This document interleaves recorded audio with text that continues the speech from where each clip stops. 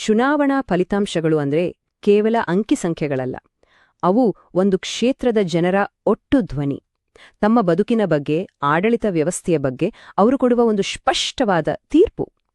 ಹಾಗಾದ್ರೆ ಇಂದು ನಾವು ಬಂಗಾರಪೇಟೆ ವಿಧಾನಸಭಾ ಕ್ಷೇತ್ರದ 2023ರ ಜನಾದೇಶವನ್ನ ಸ್ವಲ್ಪ ಆಳವಾಗಿ ನೋಡೋಣ. ಬರೀ ಯಾರ್ ಗೆದ್ರು ಯಾರ್ ಸೋತ್ರು ಅನ್ನೋದನ್ನ ಬಿಟ್ಟು ಈ ಸಂಖ್ಯೆಗಳು ಆಡಳಿತಕ್ಕೆ ಏನು ಸಂದೇಶ ಕೊಡ್ತಿವೆ ಅನ್ನೋದನ್ನ ಅರ್ಥ ಮಾಡ್ಕೊಳ್ಳೋಣ. ನೆನಪಿಡಿ, ಇದು ವ್ಯವಸ್ಥೆಯ ವಿಶ್ಲೇಷಣೆ, ಯಾವುದೇ ವ್ಯಕ್ತಿಗಳದಲ್ಲ. ಸರಿ, ನಮ್ಮ ಈ ವಿಶ್ಲೇಷಣೆಯ ಹಾದಿ ಹೇಗಿದೆ ಅಂತ ನೋಡೋಣ. ಮೊದಲಿಗೆ ಕ್ಷೇತ್ರದ ವಾಸ್ತವ ಸ್ಥಿತಿ ಅಂದ್ರೆ ಮಣ್ಣಿನ ಧನಿಯನ್ನ ಕೇಳೋಣ. ಆಮೇಲೆ ಮತದಾನದ ಸ್ವರೂಪವನ್ನ ಅರ್ಥ ಮಾಡಿಕೊಂಡು ಅದರ ಹಿಂದಿನ ಕಾರಣಗಳನ್ನ ಹುಡುಕೋಣ. ಕೊನೆಯದಾಗಿ ಡೇಟಾ ಆಧಾರಿತ ಆಡಳಿತಕ್ಕೆ ಒಂದು ಕಾರ್ಯಸಾಧ್ಯವಾದ ನೀಲನಕ್ಷೆಯನ್ನ ಹೇಗೆ ರೂಪಿಸಬಹುದು ಅನ್ನೋದರ ಕಡೆಗೆ ಸಾಗೋಣ. ಯಾವುದೇ ಚುನಾವಣಾ ವಿಶ್ಲೇಷಣೆ ಶುರು ಆಗೋದೇ ಆ ಕ್ಷೇತ್ರದ ಮಣ್ಣಿನ ಗುಣವನ್ನ, ಅಂದ್ರೆ ಅಲ್ಲಿನ ವಾಸ್ತವ ಸ್ಥಿತಿಯನ್ನ ಅರ್ಥ ಮಾಡ್ಕೊಳ್ಳೋದ್ರಿಂದ. ಅಲ್ಲಿನ ಜನರ ಜೀವನ ಹೇಗಿದೆ, ಅವರ ದೈನಂದಿನ ಸವಾಲುಗಳೇನು, ಅವರ ಆಸೆ ಆಕಾಂಕ್ಷೆಗಳೇನು. ಬನ್ನಿ ಮೊದಲು ಬಂಗಾರಪೇಟೆಯ ನಿಜವಾದ ಚಿತ್ರಣವನ್ನ ನೋಡೋಣ. ಬಂಗಾರಪೇಟೆ ಕೋಲಾರ ಜಿಲ್ಲೆಯ ಒಂದು ಪ್ರಮುಖ ತಾಲೂಕು. ಇದು ಪರಿಶಿಷ್ಟ ಜಾತಿಗೆ ಮೀಸಲಾದ ಕ್ಷೇತ್ರ. ಇಲ್ಲಿನ ಜನಸಂಖ್ಯೆಯಲ್ಲಿ 40%ಕ್ಕಿಂತ ಹೆಚ್ಚು ಜನ ಇದೇ ಸಮುದಾಯಕ್ಕೆ ಸೇರಿದವರು. ಅಂದ್ರೆ ಇಲ್ಲಿನ ರಾಜಕೀಯ ಸಹಜವಾಗೇ ಸಾಮಾಜಿಕ ನ್ಯಾಯ ಮತ್ತು ಸಮಾನತೆಯ ಪ್ರಶ್ನೆಗಳ ಸುತ್ತ ಗಿರಕಿಯೊಡೆಯುತ್ತೆ. ಈ ಒಂದು ಜನಸಂಖ್ಯಾ ಸ್ವರೂಪವೇ ಕ್ಷೇತ್ರದ ಆದ್ಯತೆಗಳನ್ನ ಮತ್ತು ರಾಜಕೀಯ ನಾಯಕರ ಜವಾಬ್ದಾರಿಗಳನ್ನ ನಿರ್ಧರಿಸುತ್ತೆ. ಈ ಅಂಕಿಅಂಶವನ್ನ ಸ್ವಲ್ಪ ಗಮನವಿಟ್ಟು ನೋಡಿ. ಕ್ಷೇತ್ರದ ಒಟ್ಟು 1,55,000 ಕಾರ್ಮಿಕರಲ್ಲಿ 65,000 ಜನ ನೇರವಾಗಿ ಕೃಷಿ ಮತ್ತು ಕೃಷಿ ಕೂಲಿಯನ್ನೇ ನಂಬಿಕೊಂಡು ಬದುಕ್ತಿದ್ದಾರೆ. ಅಂದ್ರೆ ಕ್ಷೇತ್ರದ ಇಡೀ ಆರ್ಥಿಕತೆಯ ಬೆನ್ನೆಲುಬೇ ಕೃಷಿ.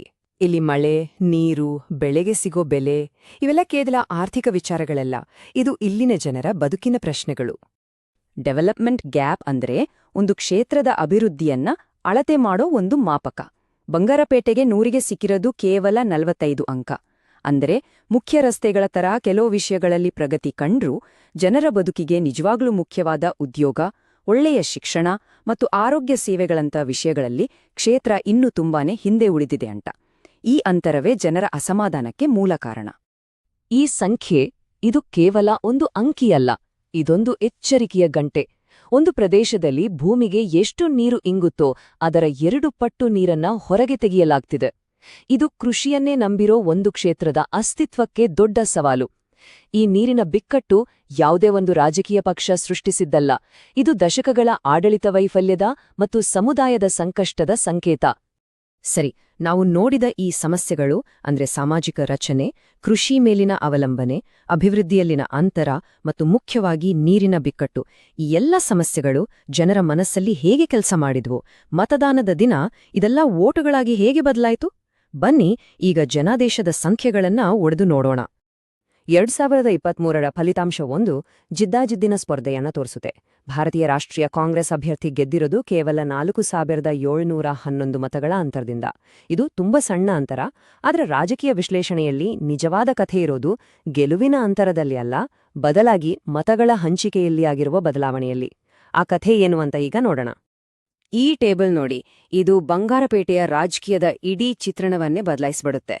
ಕಾಂಗ್ರೆಸ್ ಪಕ್ಷದ ಮತಗಳಿಕೆ ಹೆಚ್ಚಾಗಿದ್ದು ಕೇವಲ 1.75%. ಆದರೆ ಜೆಡಿಎಸ್ ಪಕ್ಷ ಬರೋಬ್ಬರಿ 12.81%ನಷ್ಟು ದೊಡ್ಡ ಜಿಗಿತ್ ಕಂಡಿದೆ. ಅದೇ ಹೊತ್ತಲ್ಲಿ 2018ರಲ್ಲಿ 21% ವೋಟ್ ತಗೊಂಡಿದ್ದ ಬಿಜೆಪಿ 2023ರಲ್ಲಿ ಕೇವಲ 5.46%ಗೆ ಕುಸಿದಿದೆ.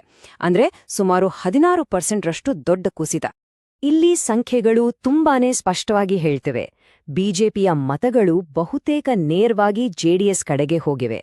ಆಡಳಿತ ಪಕ್ಷದ ವಿರುದ್ಧ ಇದ್ದ ಮತದಾರರು ತಮ್ಮ ವೋಟುಗಳು ಹಂಚಿ ಹೋಗ್ಬಾರ್ದು ಅಂತ ಕಾಂಗ್ರೆಸ್ ಅಭ್ಯರ್ಥಿಗೆ ಯಾರು ಗಟ್ಟಿ ಪೈಪೋಟಿ ಕೊಡಬಲ್ಲರು ಅಂತ ನೋಡಿ ಜೆಡಿಎಸ್ ಅಭ್ಯರ್ಥಿಯನ್ನ ಒಟ್ಟಾಗಿ ಬೆಂಬಲಿಸ್ತಿದ್ದಾರೆ. ಮತದಾರರು ತಮ್ಮ ಆಯ್ಕೆಯ ಘನತೆಯನ್ನ ಎತ್ತಿ ಹಿಡಿಯೋಕೆ ತುಂಬಾನೇ ಯೋಚನೆ ಮಾಡಿ ಒಂದು ನಿರ್ಧಾರ ತಗೊಂಡಿದ್ದಾರೆ. ಪ್ರತಿಯೊಬ್ಬರಿಗೂ ಮಾಹಿತಿಪೂರ್ಣ ನಿರ್ಧಾರ ತೆಗೆದುಕೊಳ್ಳೋ ಹಕ್ಕಿದೆಯಲ್ವಾ? ಇದು ನಮ್ಮ ಸಂವಿಧಾನ ನಮ್ಗೆ ಕೊಟ್ಟಿರೋ ದೊಡ್ಡ ಶಕ್ತಿ. ಸರಿ, ಮತದಾರರು ಇಷ್ಟೊಂದು ದೊಡ್ಡ ಮಟ್ಟದಲ್ಲಿ ತಮ್ಮ ನಿಲುವನ್ನು ಯಾಕೆ ಬದಲಾಯಿಸಿದ್ರು? ಇದು ಕೇವಲ ಅಭ್ಯರ್ಥಿಯನ್ನ ನೋಡಿ ಮಾಡಿದ ಬದಲಾವಣೆಯಾ, ಅಥವಾ ಆಳವಾಗಿ ಬೇರೂರಿರೋ ವ್ಯವಸ್ಥೆಯ ವೈಫಲ್ಯಗಳ ಪ್ರತಿಧ್ವನಿಯಾ? ಇದರ ಹಿಂದಿನ ಮೂಲಭೂತ ಕಾರಣಗಳನ್ನ ಈಗ ಹುಡುಕೋಣ. ನಮ್ಮ ವಿಶ್ಲೇಷಣೆ 3 ಮುಖ್ಯ ಕಾರಣಗಳನ್ನ ಮುಂದೆ ಇಡುತ್ತೆ. ಮೊದಲನೇದಾಗಿ, ಕಲ್ಯಾಣ ಯೋಜನೆಗಳು ಈಗ ಜನರ ಹಕ್ಕಾಗಿಬಿಟ್ಟಿವೆ. ಅವು ಈಗ ವೋಟ್ ತಂದುಕೊಡೋ ಮಾಯಾದಂಡಗಳಾಗಿ ಉಳಿದಿಲ್ಲ. ಜನ ಈಗ ಉದ್ಯೋಗದಂತಹ ಶಾಶ್ವತ ಪರಿಹಾರ ಕೇಳ್ತಿದ್ದಾರೆ. ಎರಡನೇದು, ಅಭಿವೃದ್ಧಿಯ ಅಂತರ. ಅದರಲ್ಲೂ ಮುಖ್ಯವಾಗಿ ನೀರಿನ ಸಮಸ್ಯೆ ಜನರ ದಿನನಿತ್ಯದ ಬದುಕನ್ನ ಹೈರಾಣಾಗ್ ಮಾಡಿದೆ. ಮೂರನೇದು, ಕೃಷಿ ಹಾಳಾಗ್ತಿರೋದ್ರಿಂದ ಯುವಕರು ಕೆಲ್ಸ ಹುಡುಕೊಂಡು ನಗರಗಳಿಗೆ ವಲಸೆ ಹೋಗ್ತಿದ್ದಾರೆ. ಇದು ಹಳ್ಳಿಗಳಲ್ಲಿ ಒಂದು ದೊಡ್ಡ ಸಾಮಾಜಿಕ ಬಿಕ್ಕಟ್ಟನ್ನೇ ಸೃಷ್ಟಿ ಮಾಡಿದೆ. ಈ ಸಂಖ್ಯೆಗಳನ್ನ ನೋಡಿ. ಇದು ಹಾಲಿ ಶಾಸಕರಿಗೆ ಒಂದು ಸ್ಪಷ್ಟವಾದ ಎಚ್ಚರಿಕೆ. 2018ರಲ್ಲಿ 21,000ಕ್ಕೂ ಹೆಚ್ಚು ವೋಟುಗಳ ದೊಡ್ಡ ಗೆಲುವು 2023ರಲ್ಲಿ ಕೇವಲ 4,700ಕ್ಕೆ ಇಳಿದಿದೆ. ಅಂದರೆ ಗೆದ್ರೂ ಕೂಡ ಜನರ ಅಸಮಾಧಾನ ಮತಪೆಟ್ಟಿಗೆಯಲ್ಲಿ ಸ್ಪಷ್ಟವಾಗಿ ಕಾಣಿಸ್ತಿದೆ. ರಾಜಕೀಯದಲ್ಲಿ ಗೆಲುವಿನ ಅಂತರ ಅನ್ನೋದು ಒಬ್ಬ ನಾಯಕನ ರಾಜಕೀಯ ಬಂಡವಾಳವನ್ನ ತೋರಿಸುತ್ತೆ. ಇಲ್ಲಿ ಆ ಬಂಡವಾಳ ಗಣನೀಯವಾಗಿ ಕರಗಿದೆ. ಬರೀ ಸಮಸ್ಯೆಗಳ ಬಗ್ಗೆ ಮಾತಾಡಿದ್ರೆ ಸಾಲ್ದು, ಪರಿಹಾರಗಳ ಬಗ್ಗೆನೂ ಯೋಚನೆ ಮಾಡಬೇಕು. ಇದಕ್ಕಾಗಿ ಕರ್ನಾಟಕದ ಬೇರೆ ಮೀಸಲು ಕ್ಷೇತ್ರಗಳಲ್ಲಿ ಯಶಸ್ಸು ಕಂಡಿರೋ ಮಾದರಿಗಳಿಂದ ಬಂಗಾರಪೇಟೆಯ ನಾಯಕರು ಏನಾದ್ರೂ ಕಲಿಬಹುದಾ? ಬೇರೆ ಕಡೆ ನೋಡಿದಾಗ ನಮಗೆ ಹೊಸ ದಾರಿಗಳು ಕಾಣಿಸಬಹುದು. ಔರಾದ್ ಮತ್ತು ಬಸವ ಕಲ್ಯಾಣ ಕ್ಷೇತ್ರಗಳ ಫಲಿತಾಂಶಗಳು ನಮಗೊಂದು ಮುಖ್ಯವಾದ ಪಾಠವನ್ನ ಕಲಿಸ್ತವೆ.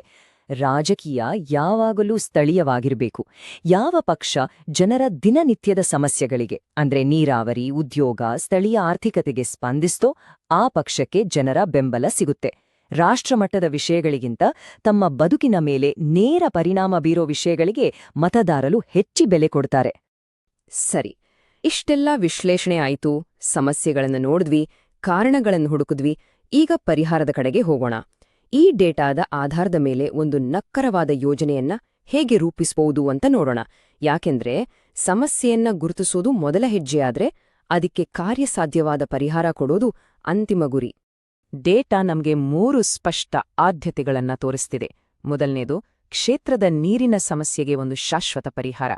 ಎರಡನೇದು, ಹಳ್ಳಿಗಳನ್ನ ಪಟ್ಟಣಗಳಿಗೆ ಜೋಡಿಸೋ ಗ್ರಾಮೀಣ ರಸ್ತೆಗಳ ಸುಧಾರಣೆ. ಮೂರನೇದು, ವಲಸೆಯನ್ನ ತಡೆಯೋಕೆ ಮತ್ತು ಯುವಕರಿಗೆ ಸ್ಥಳೀಯವಾಗಿಯೇ ಕೆಲಸ ಕೊಡೋಕೆ ಒಂದು ಕೌಶಲ್ಯ ಅಭಿವೃದ್ಧಿ ಕೇಂದ್ರ. ಇವು ಕೇವಲ ಭರವಸೆಗಳಲ್ಲ, ಇವು ಕ್ಷೇತ್ರದ ಅಗತ್ಯತೆಗಳಿಂದ ಹುಟ್ಟಿರೋ ಕಾರ್ಯತಂತ್ರಗಳು. ನೋಡಿ, ಇದನ್ನೇ ನಾವು ಡೆವಲಪ್ಮೆಂಟ್ ಪ್ಲೆಜ್ ಶೀಟ್ ಅಂತ ಕರೆಯೋದು. ಅಂದ್ರೆ ಅಭಿವೃದ್ಧಿಯ ಭರವಸೆ ಪಟ್ಟಿ.